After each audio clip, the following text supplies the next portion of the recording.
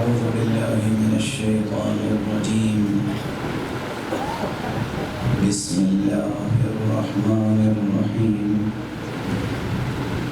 الحمد لله رب العالمين، والصلاة والسلام على أشرف الخلائق أجمعين، سيدنا وسيد الأولين والآخرين، حبيبنا وحبيب إله العالمين، إمام المرسلين وخاتم النبيين، أبي القاسم المصطفى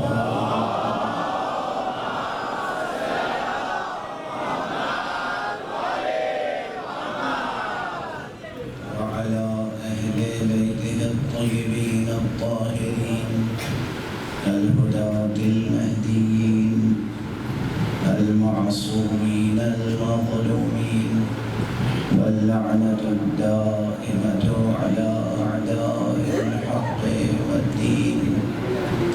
أما بعد، فقد قال الله تعالى عز اسمه في محكم كتابه ومتقن خطابه.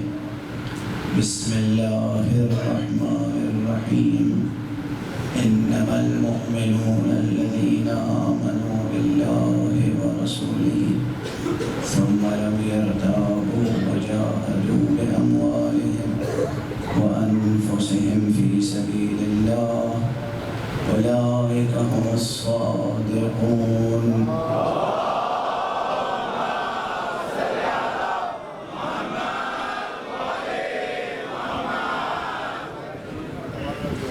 ایک مرتبہ جلندر صلوات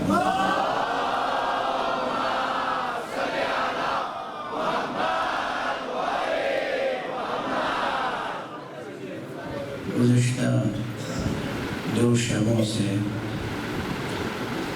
قرآن حکیم کے سورہ مبارک حجرات کی یہ آیہ کریمہ حضرات کی خدمت میں تلاوت کرنے کی سعادت حاصل کر رہا ہوں، جس میں مؤمنین کا سچا معیار بیان کیا گیا ہے۔ یہ معیار شناسی کا مسئلہ بہت بڑا مسئلہ ہے۔ کسی چیز کے صحیح معیار کو مقرر کرنا اور اس کے صحیح معیار کو سمجھنا، یہ ایک بہت بڑا علمی مسئلہ بھی ہوتا ہے اور عملی مسئلہ بھی ہوتا ہے۔ اب یہ علمی اور عملی جو بار بار ذکر آتا ہے تو یہ سمجھیے کہ یہاں تک آتا ہے کہ فلسفے میں جب عقل کو ڈیفائن کرتے ہیں تو ایک مرتبے میں وہاں بھی عقل کی 2 قسمیں کی جاتی ہیں، اور کہا جاتا ہے ایک عقل ہوتی ہے عقل علمی یا عقل نظری، اور ایک عقل ہوتی ہے عقل عملی۔ یعنی بعض حضرات میں تھنکنگ پاور، تھنکنگ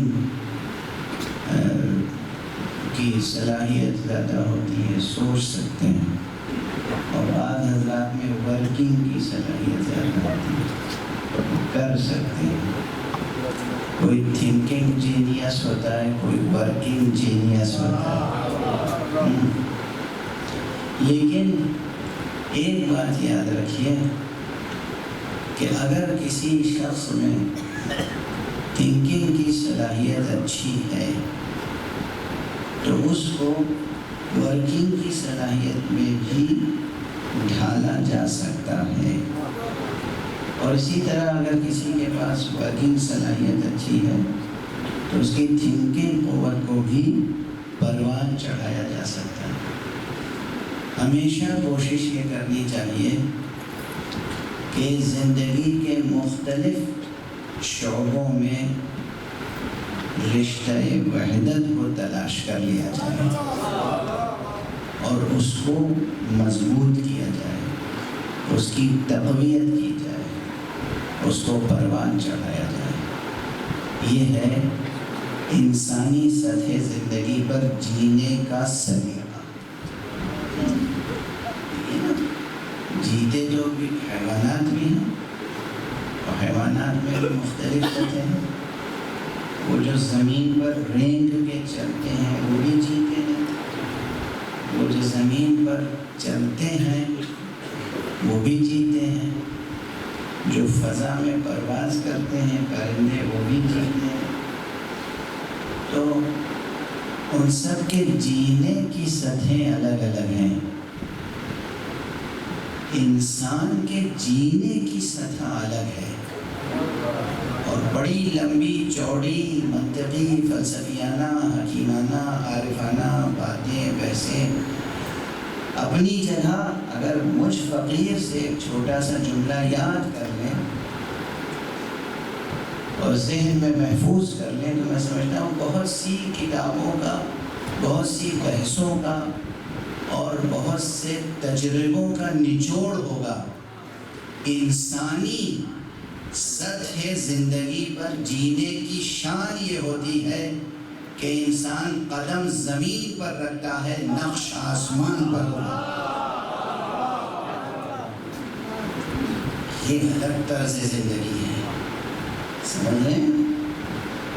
جو زمین پہ رینگتے ہیں ان کے رینگنے کا نشان زمین ہی پہ رہتا ہے، جو فضا میں اڑتے ہیں ان کے بھی اڑنے کا نشان اگر کوئی ہوتا ہے تو فضا ہی میں رہتا ہے۔ یہ انسان ہے جو زمین پر چلتا ہے اور آسمان پر اس کے نقش قدم ابھرتے ہیں۔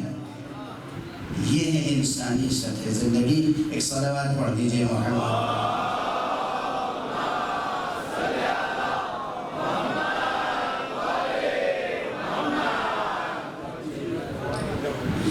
انسانی سطح زندگی سمجھتے ہیں آپ؟ انسانی سطح زندگی کیا ہے؟ یہیں سے اگر گفتگو شروع ہو تو سوچئے کہ ہم لوگ کہاں ہیں۔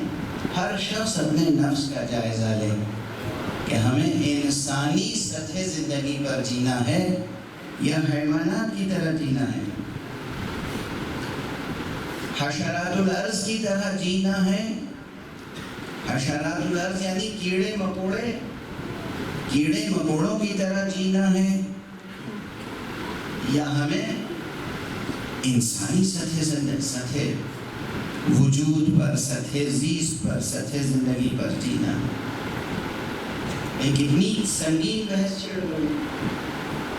یہ معیار شناسی کی بات ہے کہ پہلے معیار کو پہچاننا، انٹلیکچولی، تھیوریٹیکلی، نظریاتی سطح پر، علمی سطح پر معیار کو پہچاننا، پھر عملی سطح پر اس معیار کو برتنا، زندگی کو اس معیار پر لے آنا۔ یہ مسئلہ ان مجالس کا سب سے بڑا ثمرہ یہ ہونا چاہیے کہ ہم اس معیار زندگی کو سمجھ بھی لیں اور اس معیار زندگی پر گامزن بھی ہو جائیں۔ یہ مجالس اس کی مجلس ہیں۔ ارے مجلس حسین ہے، یہ کوئی اور مجلس نہیں ہے۔ یہ مجلس سید الشہداء ہے، مجلس ابو الشہداء ہے، مجلس صبط من الاسباط، اس کی مجلس ہے کہ جو رسول اللہ صلی اللہ علیہ وسلم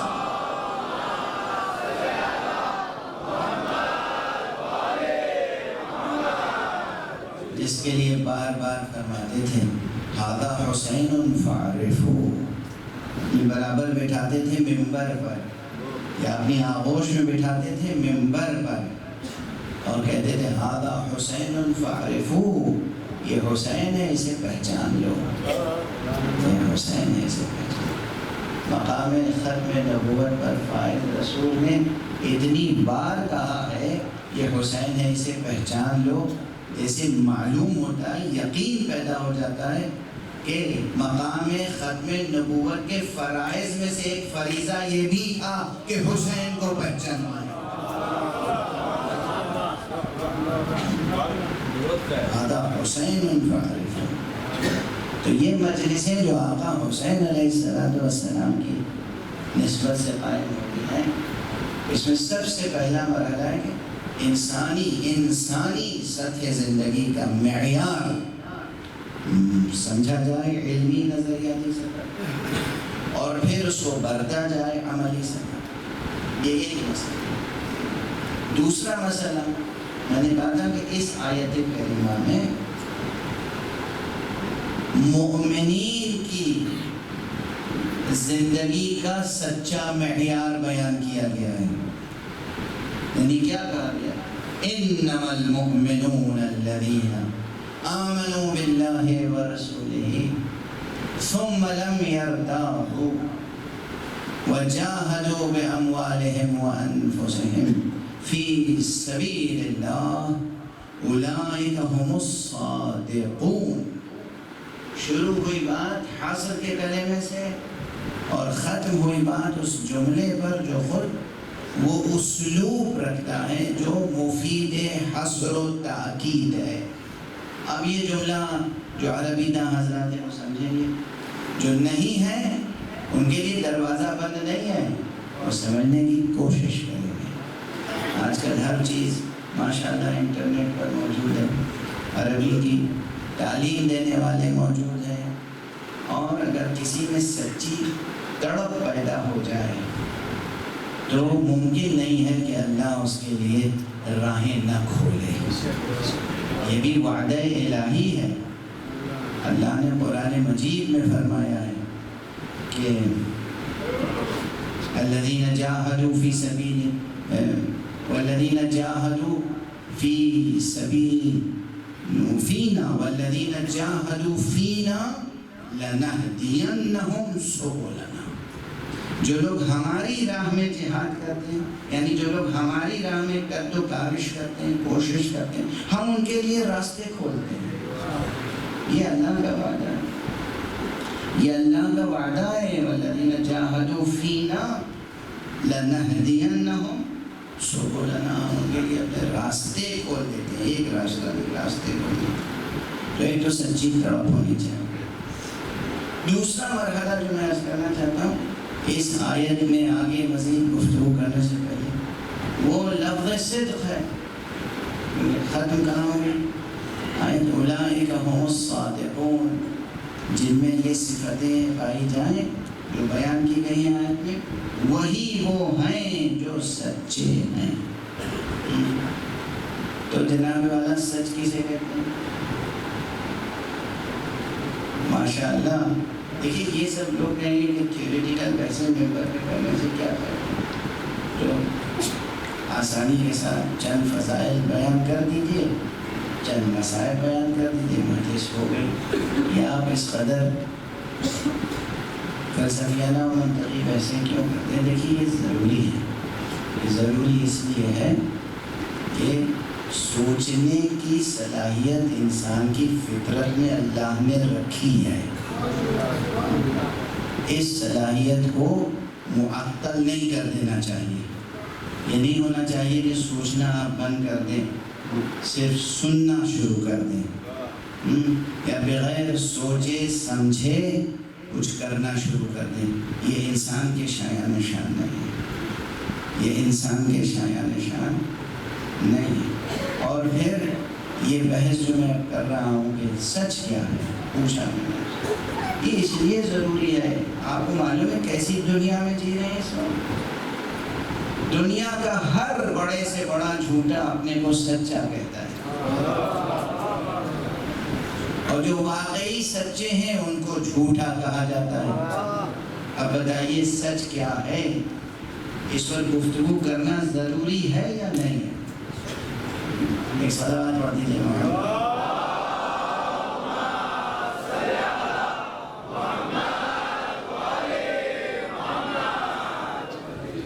دیکھیے نا کیسے کیسے چیلنجز سامنے، کیسی کیسی مشکلیں سامنے۔ دنیا میں جھوٹ بولنے والے کم ہیں یا زیادہ؟ اور کتنے زیادہ؟ اور دنیاوی لحاظ سے جو جتنی اونچی کرسی پہ بیٹھا ہے وہ اتنا ہی بڑا ماشاءاللہ. اب کسی کو برا لگے تو لگے، مگر یہ سچائی ہے جو دنیا کا ہر آدمی محسوس کر رہا ہے. یہ سچائی ہے کہ دنیا میں اس وقت جو سیاست ہے، اس سیاست کی بنیاد زیادہ تر کس بات پر ہے؟ افسوس کی بات ہے. دنیا کا کوئی یہ مذہبی اور دینی مسئلہ نہیں ہے، یہ انسانی مسئلہ ہے. دنیا کا ہر انسان محسوس کرتا ہے، ہر ملک کا یہ حال ہے تقریباً، کہ ہمارے جو خالص سیاسی کام کرنے والے لوگ ہیں وہ افسوس کے ساتھ یہ ہے کہ جھوٹ کا سہارا بہت لیتے ہیں، غلط بیانیوں کا سہارا لیتے ہیں. حالانکہ خود سیاست ایک فریضہ بھی ہے. یہ نہیں کر سکتے آپ کہ بالکل ہم سیاست میں کام نہیں کریں گے. آپ نہیں کام کریں گے تو پھر کون کرے گا؟ انسانی معاشرے کی خدمت کرنی ہے نا. انسانی معاشرے کی خدمت کا ایک بڑا میدان سیاست ہے، تو سیاست کو چھوڑ بھی نہیں سکتے. سیاسی کام کرنے کی اگر کسی کے اندر صلاحیت ہے اور کوئی دوسرا موجود نہیں ہے تو اس کے لیے واجب کفائی ہے کہ وہ یہ کام کرے. تو میسج بالکل کلیئر ہے نا، واضح ہے نا بات. میں سیاست کا سرے سے مخالف نہیں ہوں، سیاست دانوں کا دشمن نہیں ہوں، سیاست دانوں کا قدردان ہوں اگر وہ ملک اور قوم و انسانیت کی خدمت کریں.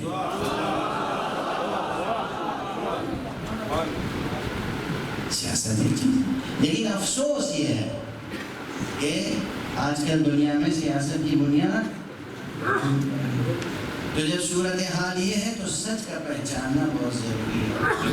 اب یہ ایک بڑی لمبی چوڑی بحث ہے جسے کئی دن تک جاری رکھا جا سکتا ہے، اور سیمینار ہو تو اس کو الگ انداز سے پھر ڈسکس کیا جائے گا.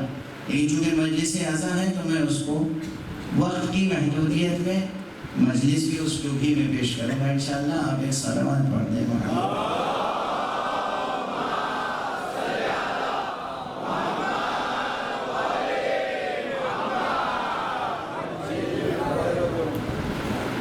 ایک اور صلوات پڑھ دیں.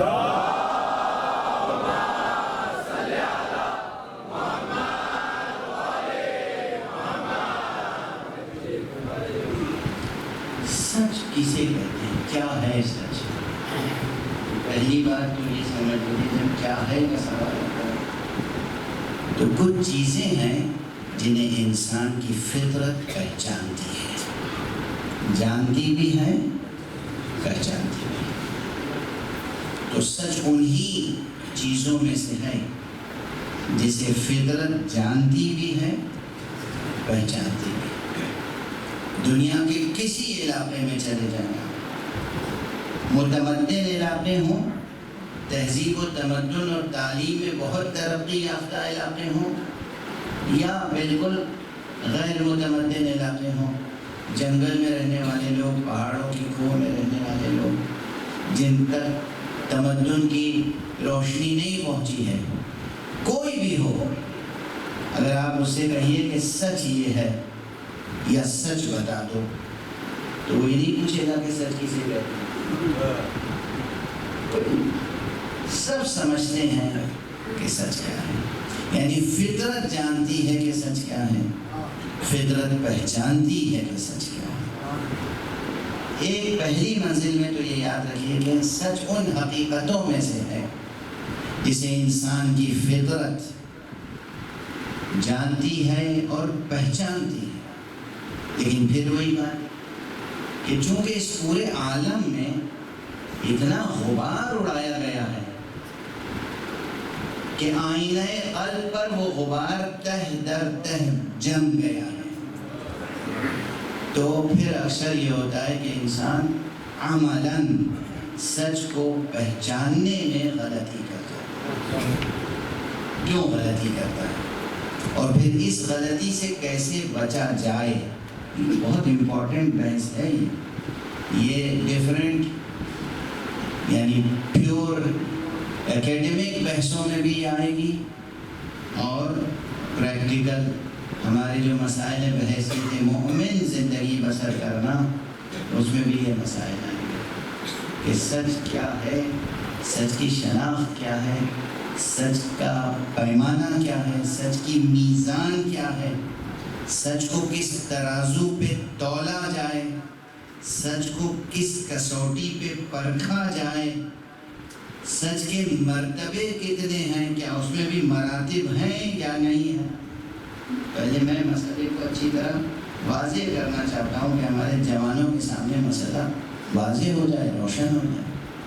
سچ بھی ایک ایسی حقیقت ہے، پہلی بات فطرت جانتی ہے، پہچانتی ہے، لیکن اس کے بعد دوسری بات یہ ہے کہ سچ میں بھی مراتب ہیں۔ ویسے ہی جیسے روشنی کے مراتب، یہ مثال اکثر دی جاتی ہے اور اکثر میں دیتا رہتا ہوں۔ ابھی گزشتہ مجلسوں میں بھی ایک سے زائد بار دے چکا ہوں گا۔ یہ روشنی ہے نا، نور، لائٹ، اس لائٹ کا پاور کم کر دیجئے تو ہلکی روشنی ہوگی، بڑھا دیجئے تو زیادہ روشنی ہوگی، اور کتنی زیادہ کر سکتے ہیں، کتنی کم کر سکتے ہیں، یہ سب بچے جانتے ہیں، ٹھیک ہے نا۔ تو بالکل اسی طرح سچ کے مرتبے ہیں، یعنی گویا کہ یہ ایک مقولہ تشکیکی ہے، منطق اور حکمت کی اصطلاح۔ کیسے؟ اب اس کو ذرا سا آپ سمجھ لیجئے، تو آپ مجھے داد نہ دیجیے گا، میں آپ کی ذہانتوں کو داد دوں گا۔ اسے سمجھ لیجیے، بہت مشکل بات نہیں ہے، لیکن سمجھیے اور پھر سچ کے بلند ترین مقام پر فائز ہونے کی کوشش کیجیے۔ اب میں طالب علمانہ انداز سے جو باتیں ہو سکتی ہیں، لیکن سچ کا ایک پیمانہ تو یہ ہے، جو عام بات کہی جاتی ہے کہ جو بات کہی جائے، سچ کی اور قسمیں اگر مقرر کرنا ہو تو ایک ہے صدق فی العمل، عمل میں سچا ہونا، ایک ہوتا ہے صدق فی الایمان، ایمان میں سچا ہونا، صدق فی القول، قول میں سچا ہونا۔ اب اس طرح سے بہت سی قسمیں کر سکتے ہیں آپ، اور دوسرے عناوین، دوسرے ٹائٹلز بھی آپ اس پر چشمہ کر سکتے ہیں۔ مثلا یہ کہ اخلاقی سچ کیا ہے، صدق اخلاقی کیا ہے، صدق علمی کیا ہے،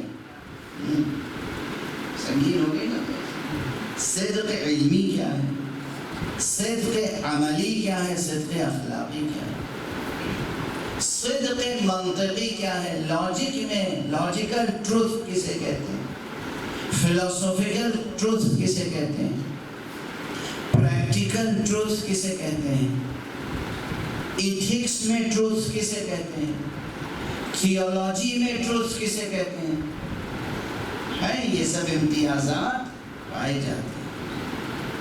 اب یہ سب اگر میں نے عرض کیا نا کہ اگر اس طرح سے بات ہو تو پیور ایکیڈیمک ڈسکشن ہوگا اور اس کا پلیٹ فارم کچھ اور ہوگا، میں اس سب کو، اس کا فریم ورک بھی کچھ اور ہوگا، میں اس سب کو ذہن میں رکھتے ہوئے مجلس کے فریم ورک میں آپ کے سامنے پیش کرنا چاہتا ہوں، تو اسے ذرا سا سمجھ لیجیے۔ عام طور پر ایک بات کہی جاتی ہے کہ انسان جو کہے وہی کرے، یہ ہے صدق فی العمل۔ عمل میں سچ کا معیار یہ ہے کہ انسان جو کہے وہی کرے، اس کا عمل اس کے قول کے مطابق ہو، اس کا قول اس کے عمل کے مطابق ہو۔ ٹھیک ہے، سمجھ میں آئی بات؟ اسی کو فائنل ٹروتھ مان لیں؟ نہیں مان سکتے، یہ ٹروتھ کا ایک رتبہ ہے، ایک مرتبہ ہے، کیونکہ یہاں بات کیا کہی جا رہی ہے، انسان مکلف یا ایک انسان، اس کا عمل اس کے قول کے مطابق ہو، یہ سچ ہے۔ یعنی میں ہوں، اپنی مثال دوں، کسی اور کی مثال دینے کے لیے، میں ہوں، میں جو کہوں میرے قول کے مطابق ہی میرا عمل ہو، یہ سچ ہے، یہ مان لیا جائے معیار؟ نہیں، یہ مطلق معیار نہیں ہے سچ کا، کیونکہ میں جو کہوں اس میں سے میں ہٹانا پڑے گا۔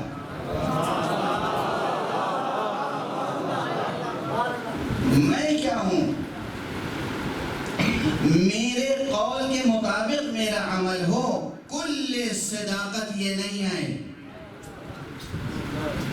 تو دیکھا آپ نے کہ جب طالب علم ریسرچ کرتا ہے اور انالائز کرتا ہے، تجزیہ کرتا ہے، تحلیل کرتا ہے، تو حقیقتوں پہ پڑے ہوئے غبار دھل جاتے ہیں، حقیقت نکھرتی ہے۔ تو اب اتنی سی بات کہہ کے کوئی گزر جائے کہ بھئی سچائی یہ ہے، صدق یہ ہے کہ انسان جو کہے وہی کرے، یہ ٹھیک ہے، ایک مرتبہ صدق کا ایک تصور، ایک مفہوم یہ ہے، لیکن کل مفہوم یہ نہیں ہے۔ اب دھیرے دھیرے چونکہ قبل اس کے کہ وقت گزر جائے اور میری طبیعت بھی مزید مزمحل ہو جائے، تو میں ایک بات مکمل کم سے کم کر لوں اس کو۔ اب میرے ساتھ ساتھ چلیے، میرا قول، پہلے تو بات یہ ہے کہ میرا قول بھی تو غلط ہو سکتا ہے۔ اگر وہ میرا قول ہے تو میرا قول بھی تو غلط ہو سکتا ہے، اور میرے غلط قول کے مطابق جو میرا عمل ہوگا وہ عمل بھی غلط ہو سکتا ہے۔ تو میرے غلط قول کے مطابق میرا ایک غلط عمل ہو جائے تو کیا وہ صدق ہوگا؟ اس لیے میں نے کہا آپ میں سے کسی کی مثال نہیں دوں گا، اپنی مثال دوں گا۔ میں انسان ہوں، میں کوئی غلط قول بھی اختیار کر سکتا ہوں اور اس غلط قول کے مطابق غلط عمل انجام دے دوں، تو میرا عمل میرے قول کے مطابق تو ہوا، اتنی بات تو ہوئی، تو کیا صدق وجود میں آیا؟ صدق وجود میں نہیں آیا۔ دیکھا آپ نے وہ ڈیفینیشن کہاں چلی گئی؟ باطل ہو گئی ڈیفینیشن۔ اس لیے اس ڈیفینیشن کے ساتھ اور بھی کنڈیشنز اور ٹرمز آنے چاہیے، اور بھی حدود و قیود و شرائط آنے چاہیے۔ تو اب یہ سمجھ لیجیے کہ میرا اور تیرا یہ اضافتیں نکال دیجیے، یہ ریلیٹیو جو نسبتیں ہیں اسے ختم کر دیجیے۔ پہلا مرحلہ یہ ہے کہ عمل مطابق علم ہو تو صدق وجود میں آئے گا۔ ابھی میرے تیرے کی بات نہیں رہی، عمل مطابق علم ہو، یہ پہلا مرحلہ ہے عملی سطح پر۔ عملی سطح پر پہلا مرحلہ، عمل مطابق علم ہو تو کیا وجود میں آئے گا؟ صدق، سچ۔ اچھا، آپ لوگ خوش ہو گئے، بابا ہو گئے، سبحان اللہ ہو گئی؟ ابھی بات پوری ہو گئی؟ نہیں، کیوں نہیں؟ وہ جو علم ہے اسے پرکھ لیا ہے، وہ جو علم ہے پرکھ لیا ہے کہ وہ فائنل ہے، صحیح ہے، بالکل ایکوریٹ ہے۔ بھئی ایک انفارمیشن ملی آپ کو اور آپ نے اس انفارمیشن کے مطابق ایک ایکشن لے لیا، تو انفارمیشن اور ایکشن تو ایک دوسرے کے ساتھ مطابق ہیں، مگر اگر وہ انفارمیشن غلط تھی تو اب ذرا ایک زور سے صلوات پڑھیے محمد۔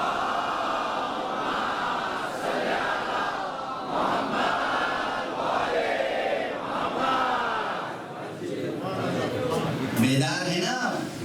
بحث آگے بڑھ رہی ہے، سمجھ میں آ رہی ہے بات کہ کیسے ایک طالب علم حقیقت کو ڈسکور کرنے کے لیے سوالات قائم کرتا ہوا آگے بڑھتا۔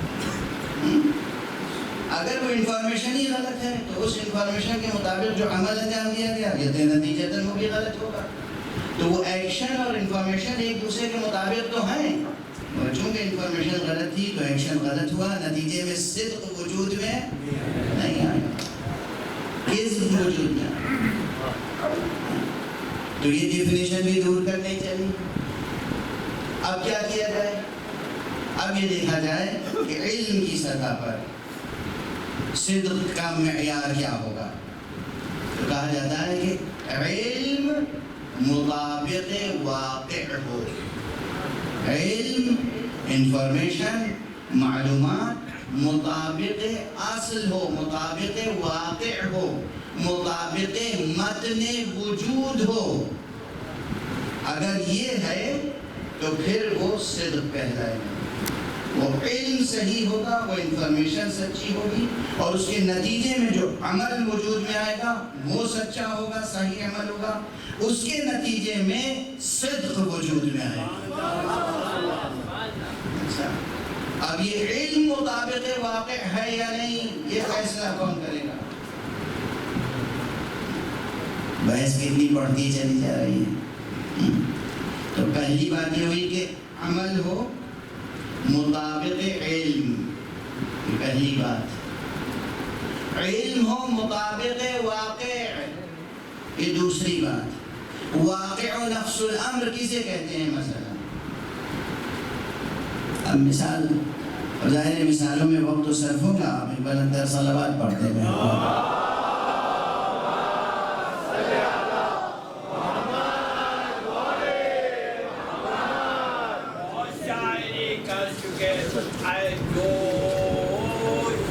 بہت شاعری کر چکے تم آئے جو، حسین لکھ کے تو دیکھو حسین ہے کہ نہیں. اور محمد وعد محمد بلند تر سلوات.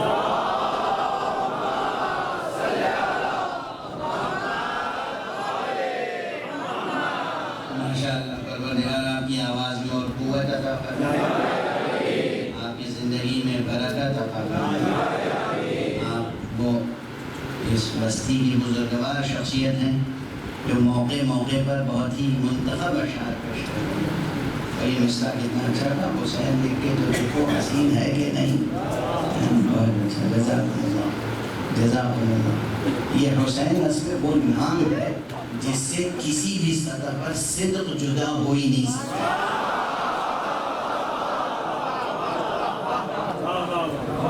تو اس لیے یہ مناسبت تھی ہماری اس گفتگو سے. یہ جو ہم ترتیب دے رہے ہیں مقدمات، یہ اسی لیے کہ ہم سمجھ سکیں کہ وہ صادقین کون ہیں. اس میں بحث یہی ہے کہ ہماری سیرتیں بھی بن جائیں، ہمارے کردار بھی سنور جائیں، ہمارے ذہن بھی روشن ہو جائیں، ہماری فکر بھی صحیح سمجھ میں آگے بڑھے، اور پھر نتیجتاً ہم انہیں بھی پہچان لیں کہ جو صدق مطلق پر فائز تھے، اور جن کے لیے اللہ نے حکم دیا ہے کہ یا ایھا الذین آمنوا اتقوا اللہ وکونوا مع الصادقین. ایمان لانے والو اللہ کا لحاظ کرو، اللہ کا خوف کرو، اور سچوں کے ساتھ ہو جاؤ. کیسے ہم پہچانیں گے سچے کون ہیں؟ پہلے سچ کو پہچانیں. ایک صلوات پڑھتے ہیں.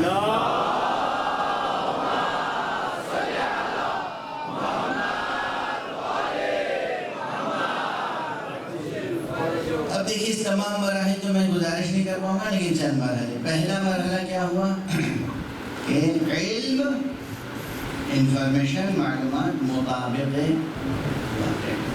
اب یہ واقع بھی کون سا واقع ہے؟ واقع کہاں پر ہے؟ واقع متن حسین کیا، نفس الامر کیا ہے؟ یہ سوالات اہم ہیں، علمی مسائل ہیں، اور اسلامی علوم میں یہ اصطلاحیں اہمیت رکھتی ہیں، چاہے فقہ ہو، اصول فقہ ہو، حکمت ہو، عرفان ہو. یہ مسائل اہم ہیں، اور میں یہ چاہتا ہوں کہ جسے عوام الناس کہہ کے لوگ نظر انداز کر دیتے ہیں، میں کبھی نظر انداز نہیں کرتا. میں چاہتا ہوں کہ وہ عوام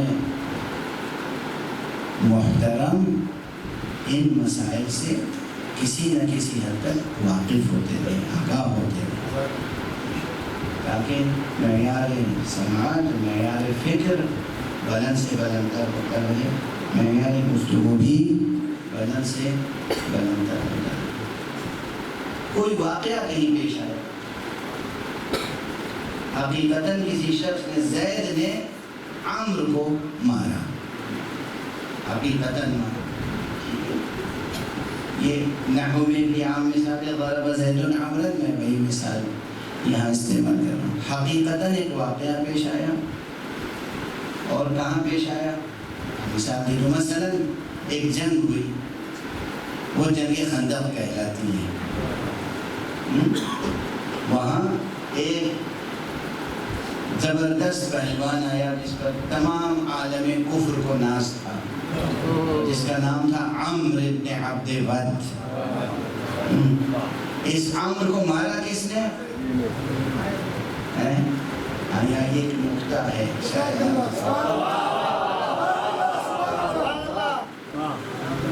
سب جانتے ہیں، مولا علی بن ابی طالب علیہ السلام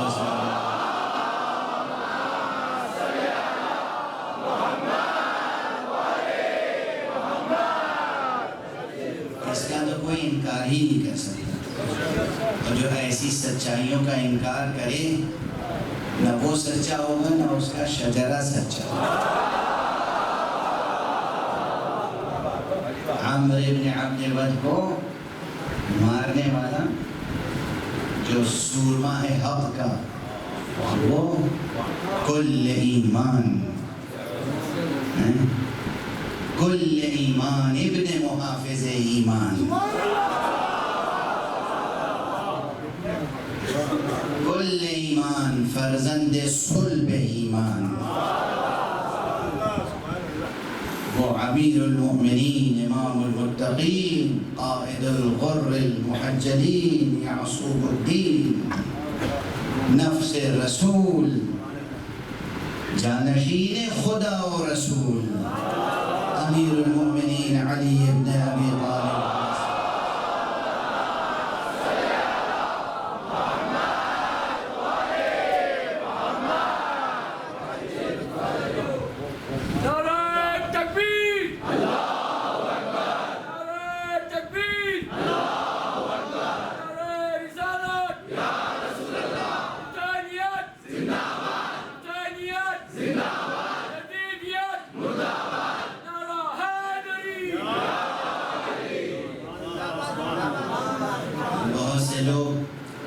ہماری زبان پکڑنے کے لیے تیار بیٹھے رہتے ہیں، لفظ پکڑتے ہیں، زبان پکڑتے ہیں۔ میں نے کہہ دیا جانشین خدا و رسول، صاحب یہ کیا کہہ دیا؟ جانشین رسول تو ٹھیک ہے، جانشین خدا کیوں کہہ دیا؟ ابھی جانشین فارسی کا کلمہ ہے، اسی کو عربی میں خلیفہ کہتے ہیں۔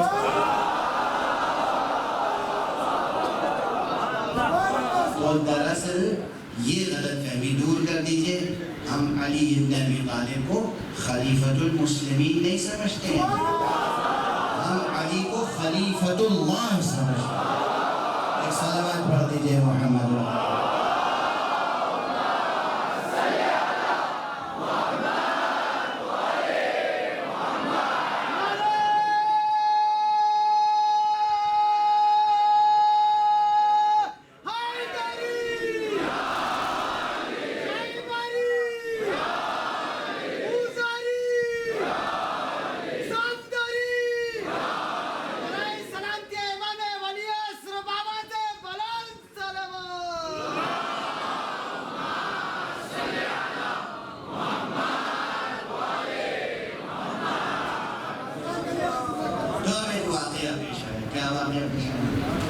کہ میدان خندق میں عمرو کو مارا کس نے؟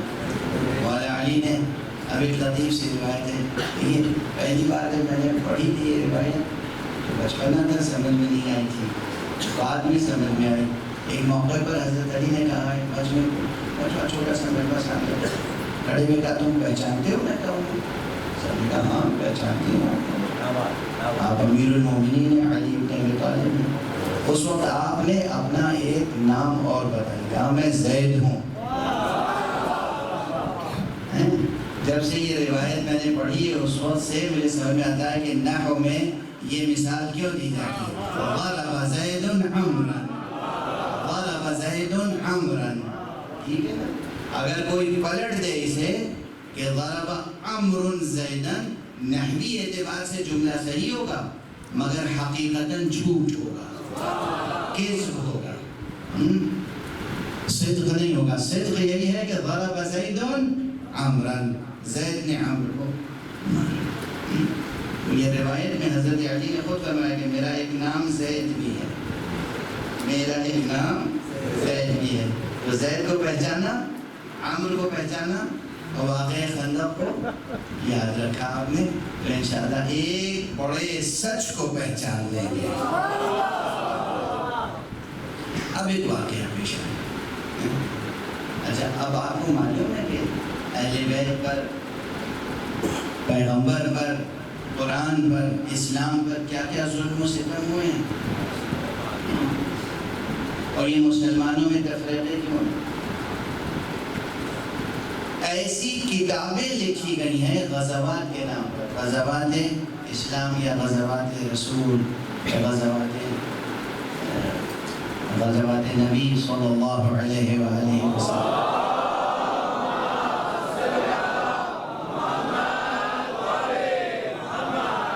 ایسی کتابیں بھی لکھی گئی ہیں تاریخ کو مسخ کرنے کے لیے، حقیقت کو چھپانے کے لیے، سیاسی اسلام کو فروغ دینے کے لیے، الہی اور حقیقی اسلام کو دبانے کے لیے، کچلنے کے لیے. ایسی کتابیں لکھی گئی ہیں کہ جس میں تمام جنگوں کا ذکر ہے اور کسی جنگ میں حضرت امیر المومنین کا ذکر ہی نہیں. جیسے معلوم ہوتا ہے کہ صدر اسلام میں حیات پیغمبر میں علی نام کا کوئی کردار تھا ہی ہو. کتابیں لکھی، ایسی کتابیں بھی ہیں. اب کوئی بیچارہ جو بالکل ناواقف سیاسی سازشوں سے، اور اسے وہی کتاب مل جائے اس میں ہے ہی نہیں امریکہ سے، تو اس کتاب میں ایک انفارمیشن تو ہے، اگرچہ وہ انفارمیشن غلط ہے، باطل ہے، سراسر کذب ہے. اس انفارمیشن کے مطابق وہ اپنا یقین پیدا کر لے اور اسی کے مطابق وہ عمل کرے. تو کیا ہم اسے صدق کہیں گے؟ کیا واقعاً صدق وجود میں آیا؟ کیسی سنگین بحثیں ہیں، کہاں کہاں سے جڑی ہوئی ہے یہ بحثیں. اور ہمارے یہاں پہ میں ممبر سے ایسی طالب علمانہ بحثیں کیوں کرتا ہوں. اب بہت سے لوگ ہیں جو انٹرنیٹ براؤز کرتے ہیں، انٹرنیٹ پہ بھی یہ ساری کتابیں، جہاں سچی اصلی کتابیں ہیں وہاں ایسی جھوٹی کتابیں بھی ہیں. کہ مثلا مصنف کے نام پر کسی صحابی کا نام ہے اور اس کے باوجود اس کتاب میں دور دور تک کہیں علی ابن ابی طالب کا نام ہی نہیں ہے، اور تمام جنگوں کا ذکر ہے. بس یہ کہ حضور گئے اور جنگ جیت لی، جس کا ذکر کرنا تھا اسے حج کر دیا، یا حضرت امیر المومنین کی جگہ کسی اور کا نام رکھا. تو اب وہ اس کی عام طور پہ کیا تصور ہے؟ عام طور پہ تصور ہے کہ یہ کتاب ہے اور فلاں صحابی یا فلاں تابعی کی لکھی ہوئی ہے، تو یقیناً کتاب میں جو معلومات ہیں وہ قابل اعتبار ہوں گے، اور ان معلومات کو بنیاد بنا کر اس کے مطابق عمل انجام دینا، تو نتیجتاً صدق وجود میں آئے گا یا کذب، نفاق. خدا کی قسم جتنا محمد اور آل محمد سے دور ہو کر انسان عمل کرتا جائے گا، اس کے ایمان میں نہیں نفاق میں اضافہ ہوتا چلا جائے گا. نفاق آپ نے دیکھا کہ میں نے مثال کی، واقع کیا ہے کہ جنگ خندق میں امیر المومنین نے عامر کو قتل کیا. اس کتاب میں کیا لکھا ہوا ہے؟ علی کا تو ذکر ہی نہیں. تو اب اس کتاب میں جو معلومات ہیں، جو انفارمیشن ہے، جو نالج ہے اس کتاب میں، مجبوراً آپ نالج بھی کہیں گے اسے، انفارمیشن بھی کہیں گے، وہ غلط محض ہے اور یہ مطابق واقع نہیں ہے. یعنی یہ بات جو کہی گئی وہ اس حقیقی واقعے کے مطابق نہیں ہے. تو نتیجہ یہ ہوا کہ یہ معلومات جو ہے یہ ہے کذب، جھوٹ. اگر کتاب میں واقعاً جو سچا واقعہ پیش آیا وہی لکھا ہے، تو یہ لکھا ہوا علم اس واقعے کے مطابق ہے. میرا خیال ہے یہ مثال اس وقت آج محدود وقت میں ہی کافی ہو. اسی طرح ہر شے کی ایک واقعی حقیقت ہوتی ہے. متن ہستی میں، متن وجود میں، صفحہ ہستی پر ایک حقیقت ہوتی ہے. اس حقیقت کو جب لفظوں میں اس کو منعکس کرتے ہیں معلومات کی شکل میں، تو وہ معلومات اگر مطابق واقع ہے تو وہ صدق ہے، وہ ہے صدق علمی. اس معلومات کے مطابق جب عمل انجام دیا جائے تو آتا ہے صدق عملی، اور اس صدق عملی کے ساتھ جو اخلاق ابھر کے آتا ہے وہ ہوتا ہے صدق اخلاقی. حالانکہ وقت گزر گیا مگر میں صدق کی بحث کو کہ کتنی پیچیدہ ہے یہ، اس کو ایک اور مثال دے کر آگے بڑھوں تاکہ جو لوگ شعر و ادب کا، لٹریچر کا، پوئٹری کا ٹیسٹ رکھتے ہیں، ذوق رکھتے ہیں، شوق رکھتے ہیں، مطالعہ کرتے ہیں، ان کے لیے بھی ایک ٹرمینالوجی ذرا واضح ہو جائے، ایک اصطلاح واضح ہو جائے. وہ یہ ہے کہ ہم لوگ کبھی کبھی کہتے ہیں صداقت شعری. شعری صداقت، یہ شعری صداقت کیا ہوتی ہے؟ اس کا متن حیات و متن وجود سے کوئی تعلق نہیں ہوتا. کچھ شاعرانہ رسومات اور رسومیات ہوتے ہیں، کچھ پیور پوئیٹک ٹریڈیشنز ہوتی ہیں. کوئی بات ان پوئیٹک ٹریڈیشنز کے مطابق کہی جائے شعر میں تو اسے کہتے ہیں شاعرانہ صداقت. لفظ صداقت تو وہاں بھی آیا، پوئیٹک ٹروتھ، لیکن اس کا تعلق نہ لاجیکل ٹروتھ سے ہے، نہ فلسفیکل ٹروتھ سے ہے، نہ آنٹولوجیکل ٹروتھ سے ہے، نہ ایپسٹیمولوجیکل ٹروتھ سے ہے، نہ ایتھیکل ٹروتھ سے ہے، نہ تھیولوجیکل ٹروتھ سے ہے. کئی ان چیزوں سے کوئی تعلق نہیں، پوئیٹک ٹروتھ ہے. سمجھ رہے ہیں آپ؟ ہو گئی نا بوجھل بات. اب جو معاشرے صرف شاعری کی آغوش میں پروان چڑھتے ہوں،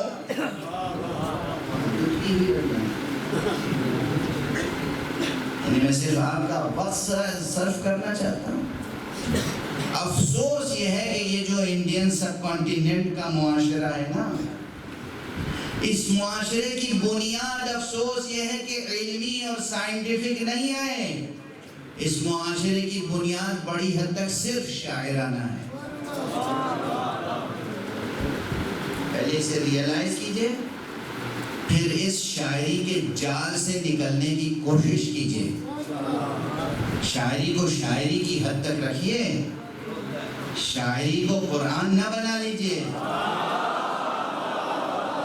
شاعری کو حدیث نہ بنا لیجئے، شاعری کو تاریخ نہ بنا لیجئے. شاعری شاعری ہے. ایک صلوات پڑھ دیجئے محمد.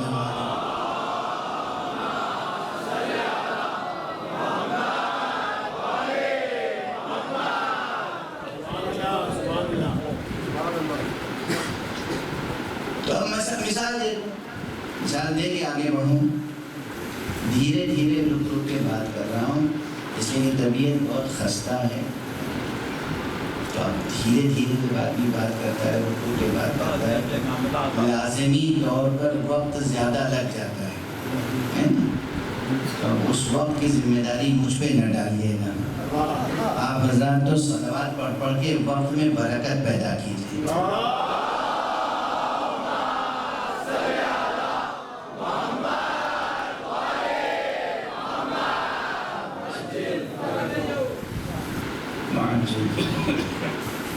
اب ہماری اردو شاعری، یہ اردو یا فارسی دونوں کا، جو پوئٹک ٹریڈیشنز ہیں، جو پوئٹک کنسیپٹس ہیں، جو پوئٹک یا شاعرانہ مسلمات ہیں، اس میں کیا ہے؟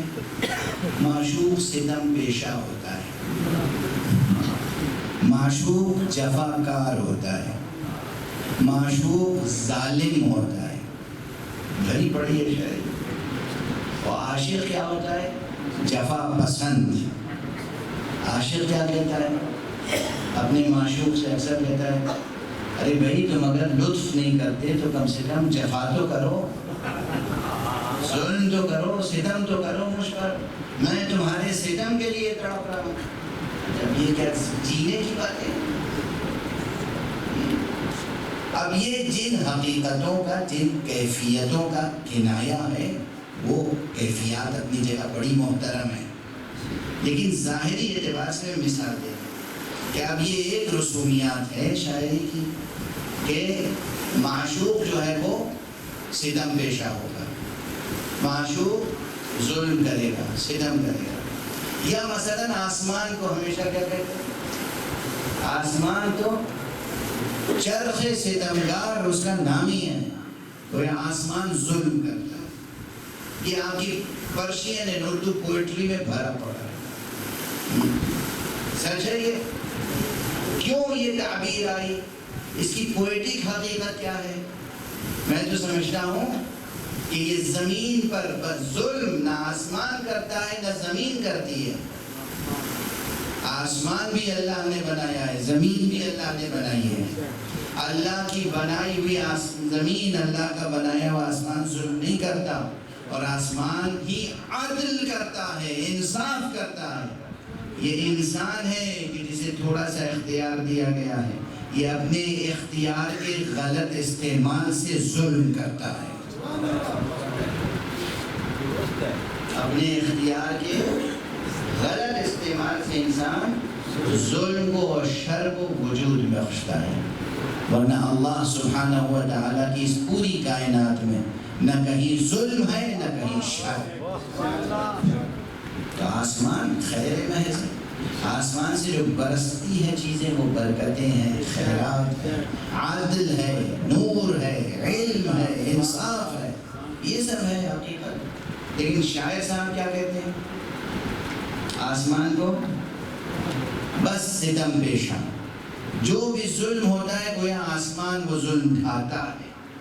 یہ کوئی اچھا، اب جب کوئی نیا شاعر شعر کہتا ہے اور ان رسومیات سے الگ ہو کے کوئی بات کہہ دے تو کہتے ہیں میاں یہ شعر دیکھو، اس میں شاعرانہ صداقت نہیں، کیا نہیں؟ شاعرانہ صداقت، کیونکہ شاعرانہ صداقت تو یہ ہے کہ آپ عاشق کو ستم پسند اور معشوق کو ستمگر پیش کریں، اور اسی رعایت سے کوئی مضمون ادا کریں تو وہ ہوگی شاعرانہ صداقت، ورنہ شاعرانہ صداقت نہیں ہوگی۔ اب دیکھیے لفظ صداقت کہاں سے کہاں پہنچ گئی، واضح ہوئی کہ یہ مثال، یہ شاعری جہاں جہاں بھی ہوئی ہے، بس اشارہ کر رہا ہوں، سمجھدار کے لیے اشارہ کافی ہے۔ شاعری کو تاریخ کی بنیاد نہیں بنا سکتے، شاعری کو دین کی بنیاد نہیں بنا سکتے، شاعری کو مذہب کی بنیاد نہیں بنا سکتے۔ شاعری تہذیب کا ایک جمالیاتی رخ ہے، مگر تہذیب و تمدن کی بنیاد شاعری کو نہیں بنا سکتے۔ شاعری اہل بیت کی شان میں پسندیدہ ہے، مگر ہم اپنی شاعری کو اہل بیت کی فضیلتوں کا معیار نہیں بنا سکتے۔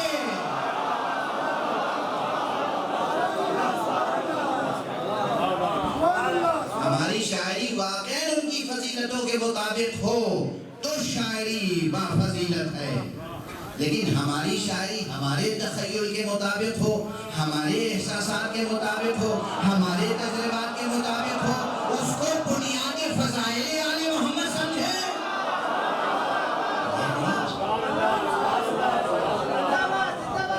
ہمارے شعراء کو یہ کوشش کرنی پڑے گی، یہ جد و جہد کرنی پڑے گی، یہ ریاضت علمی، یہ ریاض فنی، یہ محنت کرنی پڑے گی کہ جناب والا آپ مطالعہ کریں، علم میں اضافہ کریں، زبان سیکھیں، زبان کا وہ معیار ہو جو آل محمد کے لائق ہو، آل محمد کی سیرت کو پڑھیں، ان کی سیرت میں لکھی جانے والی کتابوں میں لکھی ہوئی ہر بات بھی حجت نہیں ہے، کتابوں میں لکھی ہوئی ہر روایت کو ان کے معیار عصمت پر پرکھیں، اور جب اس معیار پر فضیلت سمجھ میں آئے، اس کو دلاویز طریقے سے نظم میں نظم کریں، تب یہ شاعری شایان اہل بیت ہوگی۔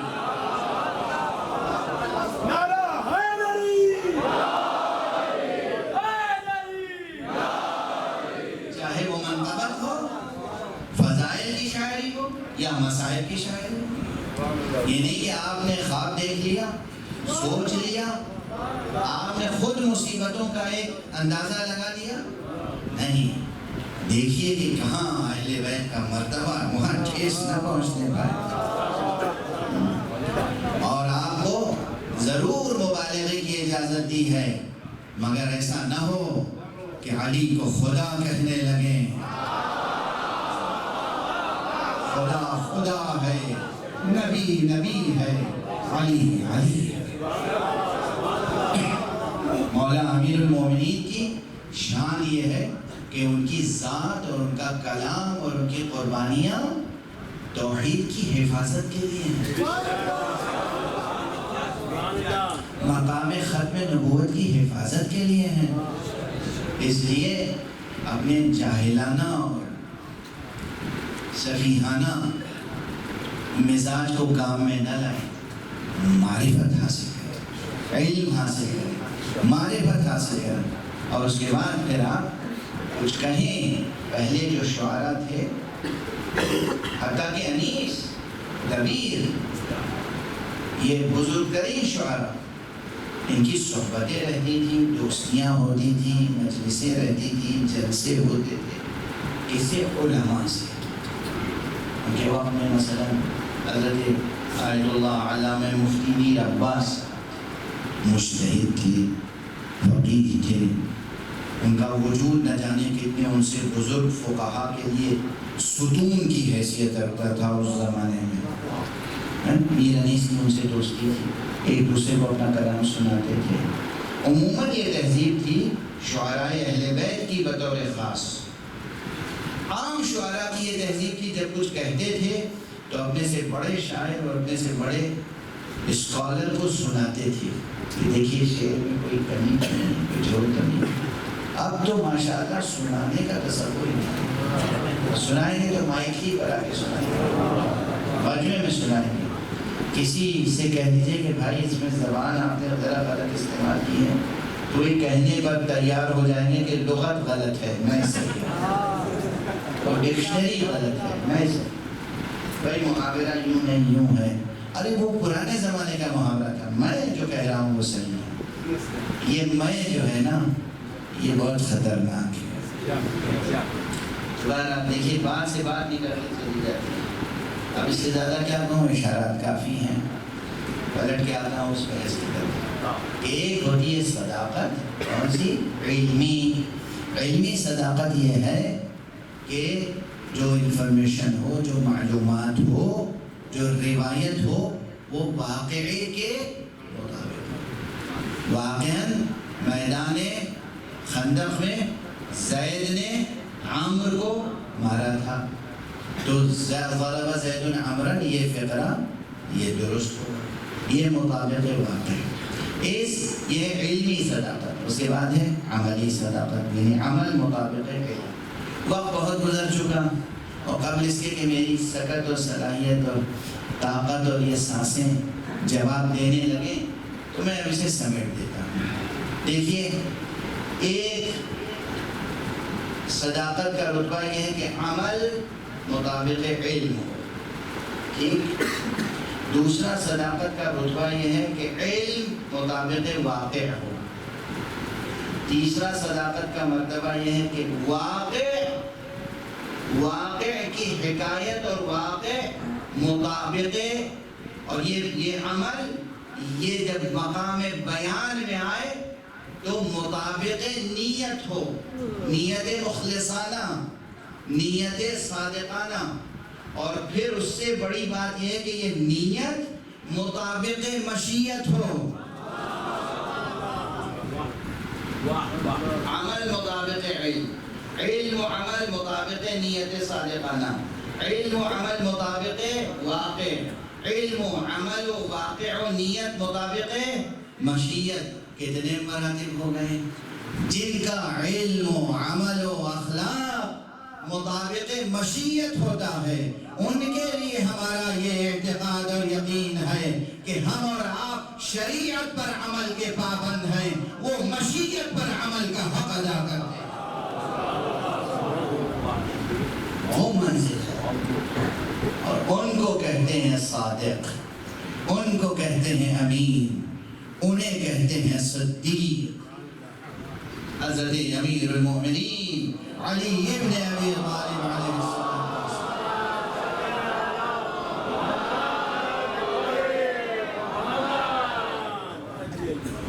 کا ایک جملہ ہے، تاریخوں میں محفوظ ہے، تمام مسلمانوں نے صرف شیعہ محدثین نے نہیں لکھا ہے، غیر شیعہ محدثین نے وہ بھی صحیح سندوں کے ساتھ لکھا ہے۔ جملہ سن لیجیے گا، میں کوئی تبصرہ نہیں کروں گا، وقت بالکل نہیں رہ گیا، وقت مکمل ہو چکا۔ آپ نے ایک موقع پہ فرمایا ہے انا عبد اللہ، اللہ اللہ، ہر آدمی اپنے کو اللہ کا بندہ سمجھتا ہے، مگر اپنے اس قول میں کتنا صادق ہوتا ہے۔ بحثیت کی ہر شخص کہتا ہے میں اللہ کا بندہ ہوں، مگر کتنے نفس کے بندے ہوتے ہیں، کتنے شیطان کے بندے ہوتے ہیں، کتنے طاغوت کے بندے ہوتے ہیں، کتنے نہ جانے کسی سازشی گروہ کے بندے ہوتے ہیں، کتنے دنیا کے بندے ہوتے ہیں۔ ہمارے آپ کے آقا حضرت امام حسین علیہ السلام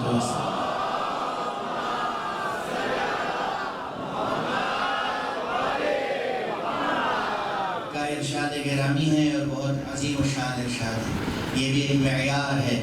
فرمایا ہے الناس عبید الدنیا، یہ بعض جگہوں پہ اتنا بھی ہے کہ ان الناس عبید الدنیا، لوگ جو بندگان دنیا ہیں، والدین لعق علی السنتہم، اور دین ان کی زبانوں پر چاشنی کی طرح ہے، چٹنی کی طرح، چاشنی کی طرح، یحوطونہ حیثما درت معایشہم، جب تک انہیں عیش و عشرت کے ساتھ زندگی کی آسائشیں میسر رہتی ہیں، ہن برستا رہتا ہے، تو وہ دین کا لطف لیتے رہتے ہیں، دین سے لذت اندوز ہوتے رہتے ہیں۔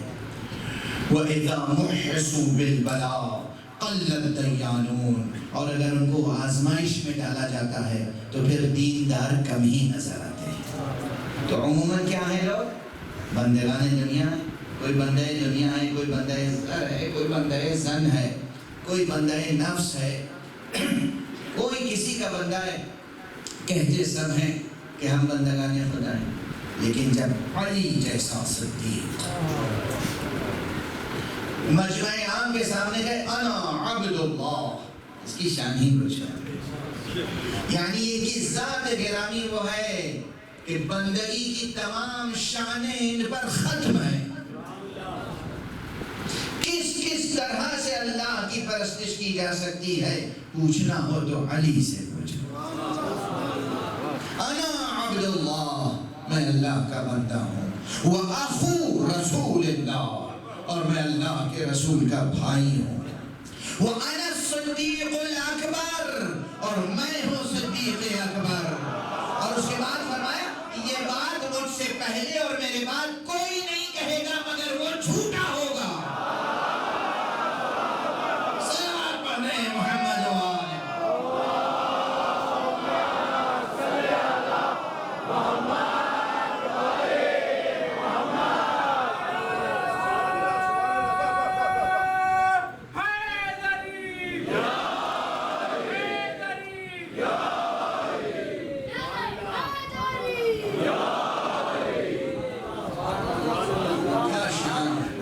یوں تو بظاہر سادہ سے جملہ ہے، اب وقت نہیں ہے ورنہ ایک ایک گھنٹہ چاہیے صرف اس کی تشریح کے لیے کہ سادہ سا جملہ کیا معنی رکھتا ہے۔ انا عبد اللہ، کہاں کہاں سے صداقت ثابت ہوگی۔ انا عبد اللہ، میدان میں دیکھو تو تم سمجھتے ہو کوئی شجاع لڑ رہا ہے، ہم دیکھتے ہیں ایک بندہ خدا لڑ رہا ہے۔ سخاوت کرتے ہوئے دیکھو تو تم سمجھو گے کہ کوئی جواد ہے، سخی ہے، جو سخاوت کر رہا ہے. کوئی فیاض ہے، ہم تو سمجھتے ہیں بندہ خدا ہے جو سخاوت کر رہا ہے.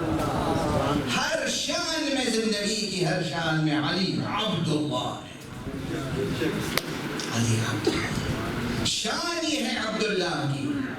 دیکھیے مثال دینے جو بچوں کو یاد ہے، میں بیٹھا ہوں یہاں پر، میں نے اپنی ہی کوئی چیز یہاں رکھ دی اور یہ میرا بچہ ہے یہاں موجود ہے، اس کو کچھ اختیار میں نے دے رکھا ہے. کوئی شخص آ جائے مجھ سے مانگے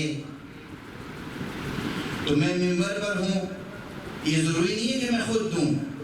انسان مانگے گا مجھ سے، میرا بچہ دے دے گا اسے. واضح ہے. اب اسی طرح کوئی مسجد میں آئے، لوگوں سے جب تک مانگے گا محروم رہے گا، اور جب خدا کو پکارے گا پروردگار میں تیری مسجد سے، تیرے گھر سے خالی ہاتھ جا رہا ہوں، جو اللہ کا بندہ ہوگا وہ دے دے گا.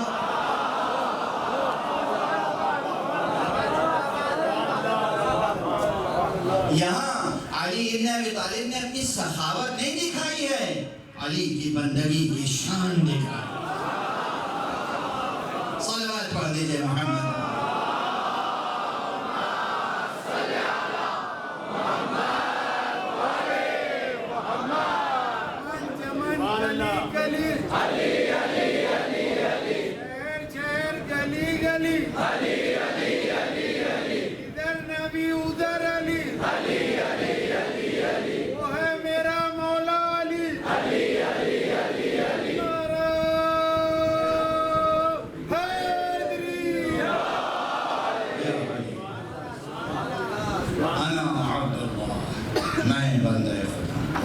علی کا کوئی تعارف نہیں ہے اس کے علاوہ، وہ بندہ خدا. اور اس کے بعد اگر کوئی دوسرا تعارف ہے تو کیا ہے؟ وہ آخو رسول اللہ، میں اللہ کے رسول کا بھائی ہوں. بحث بہت بڑی ہے، سمیٹ کے ایک جملے میں کہوں آپ کی ذہانت پر میں داد دوں گا. پھر محمد ابن عبداللہ، علی ابن ابی طالب، یہ دونوں بھائی تو ہیں. علی ابن ابی طالب محمد ابن عبداللہ کے بھائی ویسے بھی ہیں، کوئی انکار نہیں کر سکتا. پھر مقام فخر میں کہنے کے کیا معنی ہے؟ یہ نہیں کہا انا علی و اخو محمد، انا اخو رسول اللہ. صلوات پڑھ دیں محمد والے.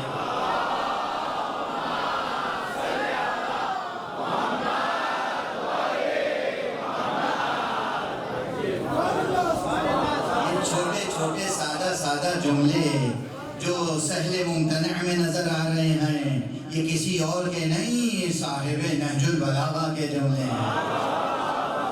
ان سادہ جملوں میں کتنی گہرائی ہے، ان سادہ جملوں میں کتنی گہرائی. انا عبداللہ و اخو رسول اللہ، اللہ کے رسول کا بھائی ہوں، اللہ کے رسول کا بھائی.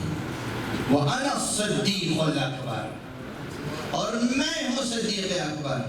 اور اس کے بعد یہ فرمانا کہ مجھ سے پہلے اور میرے بعد کوئی یہ دعویٰ نہیں کرے گا مگر جھوٹا ہوگا. اللہ، بس گفتگو تمام ہو گئی. یہ علی ابن ابی طالب علیہ السلام کا لقب صدیق کہاں یاد دلایا ہے آپ کے پوتے امام زین العابدین نے. دربار شام میں جب اسیروں کا قافلہ داخل، بس چند جملے عرض کروں گا، اس سے زیادہ کتاب میں تو بس مسائل اس لیے پڑھتا ہوں تاکہ دل میں درد کی ٹیس اٹھے. میرا مقصد یہ نہیں ہوتا کہ اتنے مسائل پڑھوں کہ لوگ رو رو کے بے ہوش ہو جائیں. آقا حسین نے قربانی پیش کی تھی تمام عالم انسانیت کو ہوش میں لانے کے لیے، بے ہوش کرنے کے لیے، ہوش میں لانے کے لیے. تو بیان مسائل کا مقصد یہ ہے کہ درد زندہ رہے، ٹیس باقی رہے، جگر میں تڑپ اور سوزش رہے، بھولنے نہ پائیں کہ آقا حسین پر کیا مصیبت خود بھی یاد رکھیں، دوسروں کو بھی یاد دلاتے رہیں۔ آنسوؤں کا خزانہ کبھی خالی نہیں ہو سکتا، یہ آنکھیں جب تک ہیں ہمارے پاس، اللہ نے ان آنکھوں کو یہ موتیوں کا خزانہ دیا، اس سچے موتیوں کا خزانہ یہ باقی رہے گا۔ تو جب دربار میں پہنچے ہیں جناب سید سجاد، اور کیا علم تھا، کیا کرب تھا، اب تفصیلات تو نہیں عرض کر سکتا، اور دو فقرے میں عرض کریں تاکہ اختتامی مجلس ہو جائے، معالی مجلس حاصل ہو جائے۔ تو یہ بھی جناب زینب کا ایک خطبہ ہے جو مشہور ہے تاریخ میں، اور ایک خطبہ ہے جو جناب سید سجاد کا۔ یہ خطبہ اچھا خاصا خطبہ تھا۔ ایک ایسا مورخ ہے اور ادیب ہے اور مقتل نگار ہے جس کا تعلق خاندان بنو امیہ سے تھا، لیکن اس کا نام علی تھا اور اس کے باپ کا نام حسین تھا، علی بن حسین، اور اس کی کنیت جو تھی ابو الفرج تھی۔ ابو الفرج اصفہانی نے ایک کتاب لکھی ہے مقاتل الطالبین، یعنی حضرت ابو طالب کے خاندان سے اللہ کی راہ میں شہید ہونے والوں کا تذکرہ، تاریخ خود ایک اموی نے لکھی، اور اس اموی نے خطبے کے بعد 2 جملے لکھے ہیں، 2 سطریں، اور کہا کہ چونکہ یہ خطبہ طویل ہے اس لیے میں اس کو چھوڑ رہا ہوں، لیکن تاریخ اعظم کوفی میں کچھ اور اس خطبے کی تفصیل ہے، مقتل خوارزمی میں اور کچھ اس کی تفصیل ہے۔ تو تحقیق کی نظر سے دیکھا جائے تو اس خطبے کے وجود کا کوئی انکار نہیں کر سکتا آسانی سے۔ خطبہ تھا، کیا خطبہ تھا؟ جب یزید کے درباری خطیب نے آل محمد کی شان میں گستاخیاں کی تو سید سجاد نے بھرے دربار میں کہا، اے خطیب، تجھے غیرت نہیں آتی کہ تو نے مخلوق کو خوش کرنے کے لیے خدا کو ناراض کیا؟ بھرے دربار، اولا تو کچھ نہ ہوتا، یہی ایک جملہ تاریخ میں رہ جاتا، تو بہت کچھ حقیقتوں کو واضح کرنے کے لیے اور تاریخی صداقت تک پہنچنے کے لیے یہ جملہ ایک منارہ نور تھا، مگر آپ نے پھر فرمایا، یا یزید اذن لی انا اصعد علی هذه الاعواد، اے یزید مجھے بھی اجازت دے کہ میں ان لکڑیوں پر بلند ہو کر وہ بات کہوں جس میں سننے والوں کے لیے نفع ہے، فائدہ ہے اور اجر و ثواب۔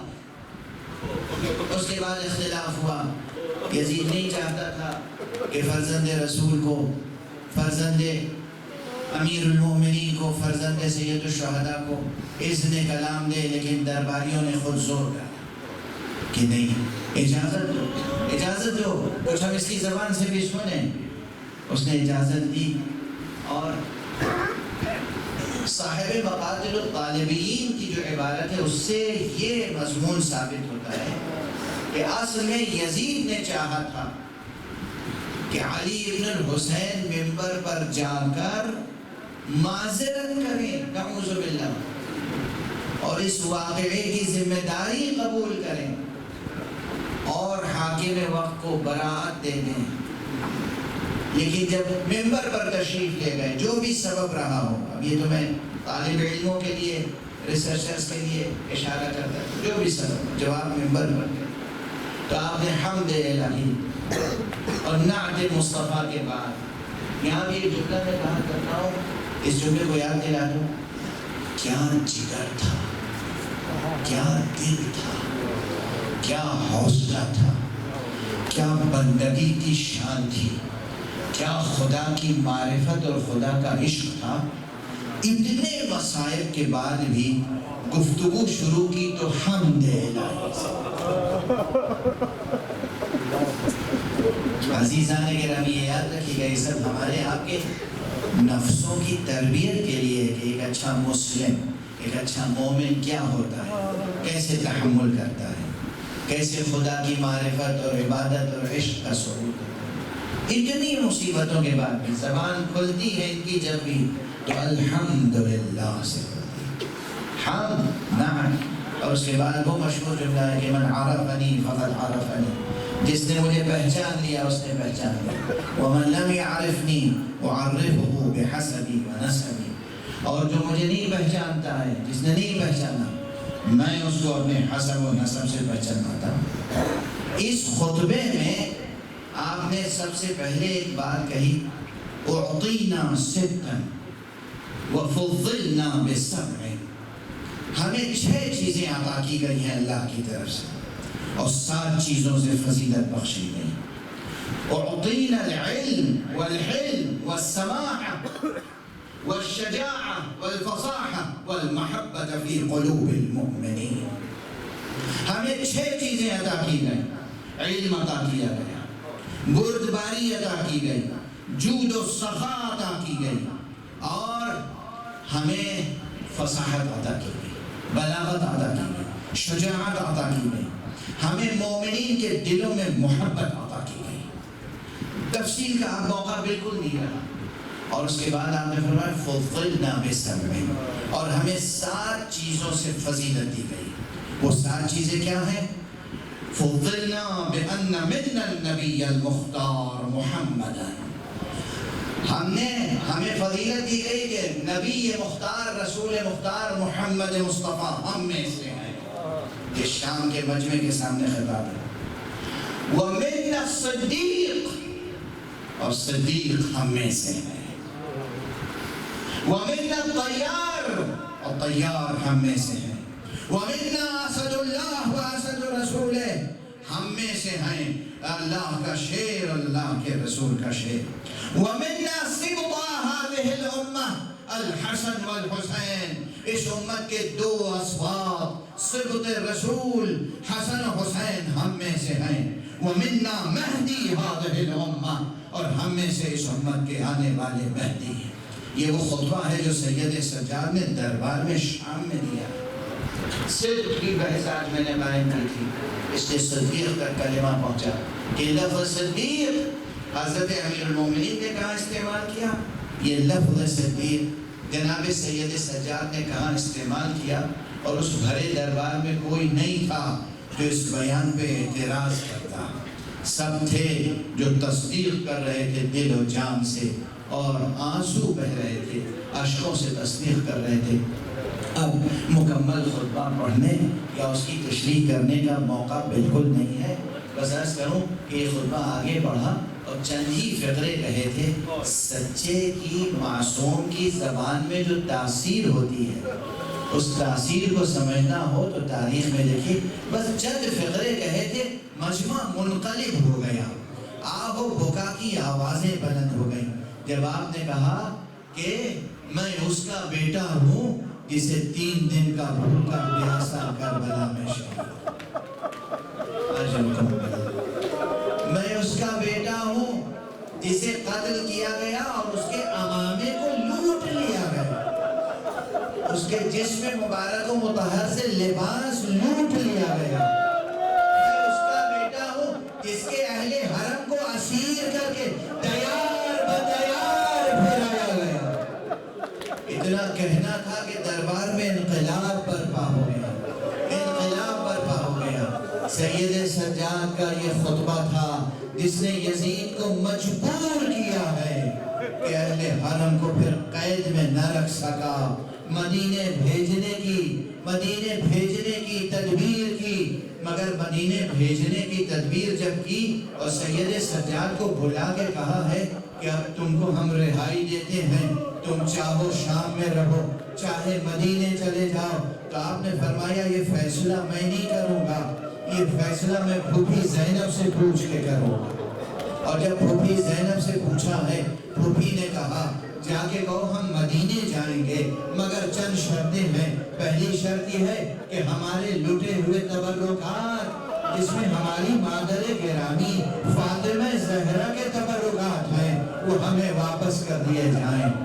ہمارے بھائیا کا سر ہمیں واپس چاہیے، ہمیں اپنے شہیدوں کا جگر کے ٹکڑوں کے سر واپس چاہیے، اور اس سب کے ساتھ تمام دمشق کی قریش کی عورتوں میں اعلان کیا جائے، انہیں اجازت دی جائے وہ آئیں، مجھے میرے بھائی کا پرسوا دیں، میں دمشق میں عزاداری کی بنیاد رکھ کے واپس جاؤں گی۔ اور عزیزان گرامی، اب یہاں پر ظاہر ہے آپ سنتے آئے ہیں کہ بی بی کا صبر کیسا تھا، بی بی کا جذبہ قربانی کیسا تھا، کہ جب سر آئے ہیں ہر سر آتا تھا ایک ایک بی بی اٹھ کے سر اپنے آغوش میں لے لیتی تھی۔ اکبر کا سر آیا، لیلا نے اپنے سینے سے لگا دیا، قاسم کا سر آیا، ام فروہ نے اپنے سینے سے لگایا، لیکن جب عون محمد کا سر آیا تو کوئی نہ اٹھا۔ لانے والے نے کہا کیا یہ بچے یتیم تھے، یسیر تھے، کیا ان کی کوئی ماں زندہ نہیں ہے؟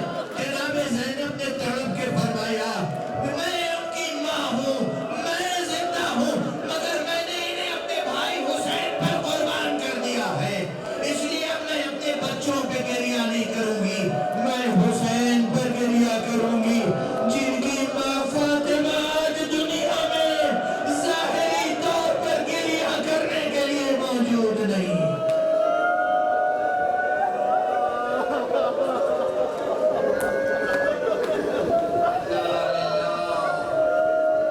وَإِنَّا إِلَيْهِ رَاجِعُونَ رَضًا بِقَضَائِهِ وَتَسْلِيمًا لِأَمْرِهِ۔ پروردگار معبود ہمیں علوم قرآن اور معارف اہل بیت سے آشنا فرما، پروردگار حقیقتوں پر صداقتوں پر پڑے ہوئے پردوں کو ہٹا دے، پروردگار معبود ہمارے سینوں میں چراغ توحید روشن رہے، پروردگار ہمارے ہاتھوں میں ہمیشہ دامان ختم نبوت رہے، پروردگار ہمارے قدم ہمیشہ صراط مستقیم ولایت پر گامزن رہے، معبود پروردگار ملت اسلامیہ کو تہذیب آل محمد کے سانچے میں ڈھال دے، پروردگار اسلام اور محمد و آل محمد اور قرآن کے برکات کو تمام عالم انسانیت کے لیے عام کر دے، پروردگار ہمارے سروں پر علماء اعلام، فقہاء عظام و مرجعیات رشیدہ کا سایہ برقرار رہے، پروردگار مقام معظم رہبری کو اپنی حفظ و امان میں رکھ، انقلاب اسلامی کی امانت کو پروردگار محفوظ رکھ، اور اس کے سچے امین تک اسے منتقل کرنے کی توفیق عطا فرما، اپنے ولی آخر کو اذن ظہور عطا فرما، اور ان کے ہاتھوں سے اپنی رحمت و رافت و عدالت کا پرچم لہرا دے۔